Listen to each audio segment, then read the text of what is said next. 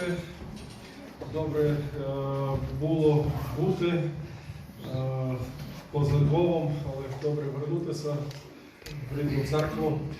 Як ви багато хто знаєте, ми мали таку гарну подорож на схід, змогли відвідати багатьох наших друзів, церкву в Києві, церкву в Черкасах, зустрітися з Юрою, з його бійцями, такі мужні хлопці, слава Богу. І з пастором Сашою так само трошки допомогти нашій армії, людям, які потребують. Тут взагалі була така дуже класна подорож.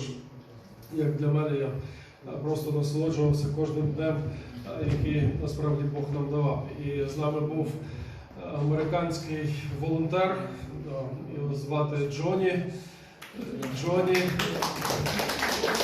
І він був з нами тиждень в Кракові, в Польщі, в Закопане, на конференції. Теж він провів з нами цілий тиждень в цих подорожах. І я би хотів, може, щоб він сказав пару слів свого враження, як це вплинуло на його життя.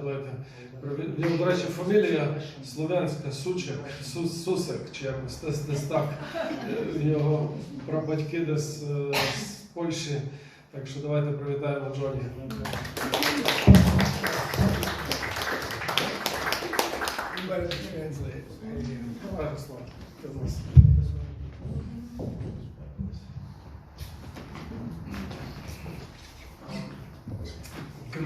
Доброго ранку.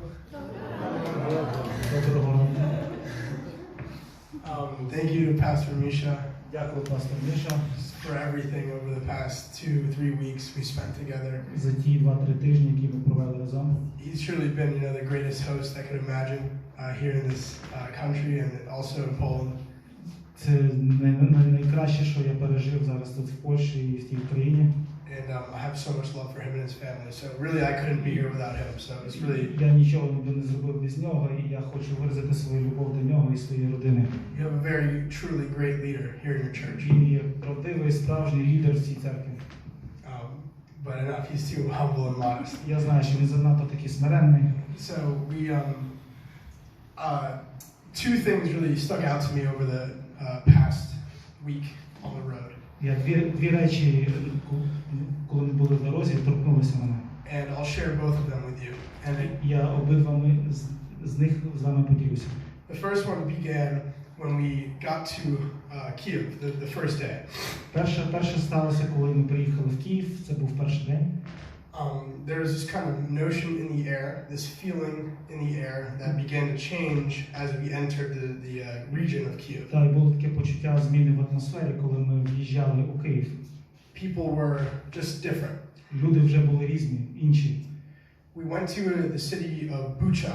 Ми поїхали в Бучу and Irpin. Та Ірпінь. And what we saw there was there are no words to explain. Те, що ми там побачили, не можна описати жодними словами. It was probably the hardest, hour, 2 or 3 hours of my life, to be Це quite frank. були, напевно, 2 або 3 години найважчих у моєму житті. And one thing really stuck out to me. Not only was everything destroyed, те, що мене торкнулося так дуже сильно, but there were lampposts about this high, like up to my knee, that were little lights around a residential area. So they were just like lampposts. Що це було? Lampposts. How do you explain that? There were little lights. Це No, like electronic lights. Те, що мене найбільше вразило, що там біля тих місць, де помешканих районів були оці світла ці на землі, які Around a residential building. Біля будинків, біля житлових будинків були такі позначки світлові. And they were like this high. They came up. Вони були такої висоти. So, human beings are taller than that, so you'd expect fighting to be this high and maybe to the buildings. You would not expect any fighting to be down here. Ти, напевно, би не очікував, щоб хтось би стріляв би з тої висоти, щоб в тебе стріляли зверху. And these light posts were just desecrated with bullets. І ці фонарі, вони були просто всі обстріляні. Meaning the Russians had intentionally just destroyed the lights on this building, not in the crosshairs of fire. It was too precise. І це виглядає так, що вони так цільово так знищували ці ліхтарі, і не просто так якось так випадково стріляли, але з ціллю стріляли, щоб знищити ці світла. In other words, apart from the fighting, there were literally bullet holes in everything imaginable. Тобто, іншими словами, дюрки від куль були, де би ти міг тільки уявити. In children's toys in the streets. Були простріляні дитячі іграшки на вулиці. And in these lights that used to light up the community. І також ці всі ліхтарі. What the Russians did in Bucha, they had no mercy, none whatsoever. Те, що робили росіяни в Бучі, вони не мали жодного милосердя. You know stories of horrors with civilians massacred in the streets, civilians. Ви знаєте всі ті історії про вбивства, мордерства цивільних на вулицях. And horrible things that we shouldn't speak of done to women and children. І речі, які ми не мали би говорити, коли в присутності є діти. There is no greater hatred than the policy of no mercy. Нема більшої ненависті. Не можна достатньо ненавидіти тих, хто не має милосердя. So one thing that really stuck out to me was this feeling of anger I developed after observing all this. І після того, як я це побачив, те, що мене так вдарило, це є почуття ненависті. I was so angry. I just couldn't believe what I was seeing. Це була злість, я не міг повірити в те, що я побачив. Time passes and we go to a different city and I meet different people. I meet Pastor Sasha and his family. Час минав, ми відвідували різні міста, ми відвідали пастора Сашу і також інші родини. Pastor Misha and I have a lot of conversations about, Jesus Christ and Lord and everything. З пастором Мішою ми багато спілкувалися про Ісуса Христа, про Господа. Everything having to do with love and whatnot. Ми говорили про любов. And even though Pastor Misha and I disagreed on a couple things, навіть якщо ми не погоджувалися з пастором Мішою в деяких питаннях, there was this body of love between us that we both respected very much. Була така суть любові між нами, яка об'єднувала нас. And so I feel for you guys because you guys are dealing with something unimaginable. A feeling of anger and hatred I probably couldn't imagine. Я розумію, я відчуваю, через що ви проходите, через цю ненависть, через цю злість. Many of you have been through more trauma and distress than any human deserves to go through. And I feel sorry, and I'm so sorry for that. Можливо, ви пройшли через щось, на що людська істота не заслуговує, і я дійсно співчуваю вам. You do not deserve what is happening today. It's just not right. Ви не заслужили те, що відбувається з вами. Це неправильно. But it was through these conversations of love and of the Lord and all these different things. Але в контексті тих розмов про Бога, про любов і різні речі, that I started to lose that feeling of anger because it was too much stress for me. Я почав втрачати це почуття злісті, тому що це було вже для мене забагато. And instead of feeling angry and hatred towards the Russians, і замість того, щоб ненавидіти і зневажати росіян, I just started to feel bad for them. Мені стало сумно за них. I almost felt worse for them than I did for you guys. Я, напевно, почувався гірше до них почав ставитися, ніж ви, напевно. Because what kind of sick, twisted human does those things? Яка спотворена, збочена людина може таке робити? What kind of country and party of politics does these things? Яка країна, яка політика будь-якої країни веде таку роботу, як ця? It's not angering or hatred, it's just disappointing.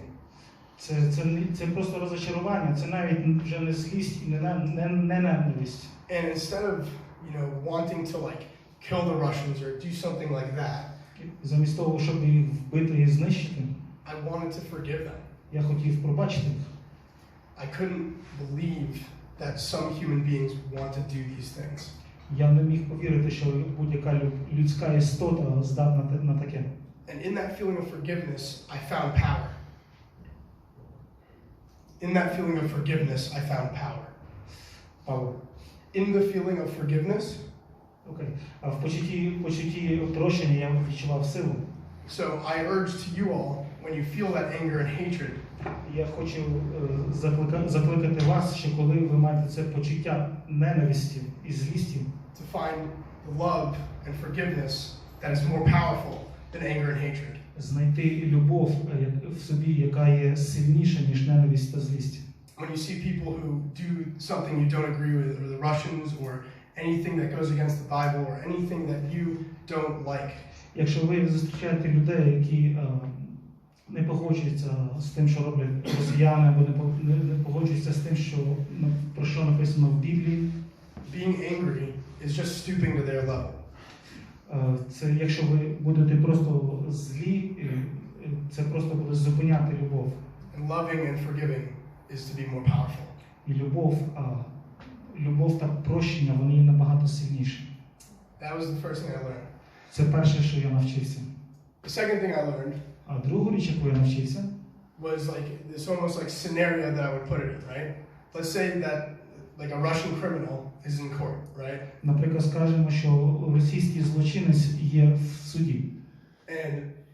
And he expects, after the war, he's going to expect to go to jail or expect to be executed. І він, наприклад, очікує вироку, що його буде страчено, або він піде у в'язницю. He expects to have the worst done to him because it's deserved, it's justice. Він очікує, тому що в світлі справедливості він має бути покараний. What kind of power would it take for the whole situation to be changed? Don't say that. Wait, one second. What would it be like if the judge just forgave him and gave him love and acceptance? А що, якщо би суддя його просто пробачив і виразив би йому любов та прийняття? I'm not saying that's correct, and I don't support that. Я це не підтримую, я не кажу, що це правильно. But it's that concept of love. Але це концепція любові. That change, that like, oh my goodness, he would never expect that. He would never expect to be forgiven. Яка змінює все.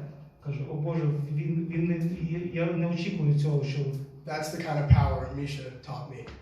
І це сила, про яку Михайло говорив зі мною. So with that, I just say thank you so much for the experience, and God bless you all. Дякую за цей досвід, і нехай Господь вас благословить.